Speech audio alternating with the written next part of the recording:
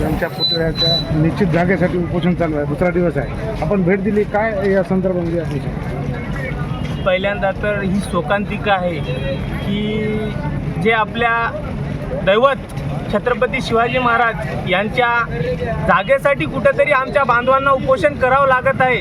हे एक शर्म आहे याची गोष्ट आहे की एवढ्या मोठ्या शहरामध्ये महाराजाच्या पुतळ्यासाठी जागा उपलब्ध करून द्यायला प्रशासन असो किंवा इथलं नगरपालिका प्रशासन असो यांना वेळ लागत आहे. कारण जर आपण महाराजाच्या पुतळ्याची पूर्ण आकृती पुतळ्याच्या स्मारकासाठी जर जागा मागण्यासाठी आपल्याला जर उपोषण करावं लागत असेल तर याच्यापुरता कुठलीही शोकांतिका नाही.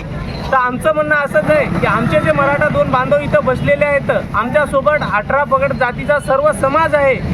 इथं समाजात कुठलीही तेढ निर्माण करू नये. सरळ सरळ प्रशासनानं पूर्ण आकृती पुतळा शिवाजी महाराजांचा यांच्या जागेसंदर्भात त्यांना जागा लवकरात लवकर उभी करून द्यावी. अन्यथा जे काय आमचे बांधव बसलेले आहेत उपोषणाला, यांच्या जर उद्या तब्येतीवर कमी जास्त झालं तर उद्या आंदोलन छेडलं जाईल. आणि उपोषणासाठी आज 2 आमचे मावळे बसले तर येणाऱ्या काळामध्ये नक्कीच इथं 1000 मावळे बसण्यात येतील. आज उपोषणाचा दुसरा दिवस आहे. शासनाची मानावी तेवढा गांभीर्याने दखल घेतली जात नाही. तर असंच चालू राहिलं तर आपली पुढची भूमिका काय राहणार आहे?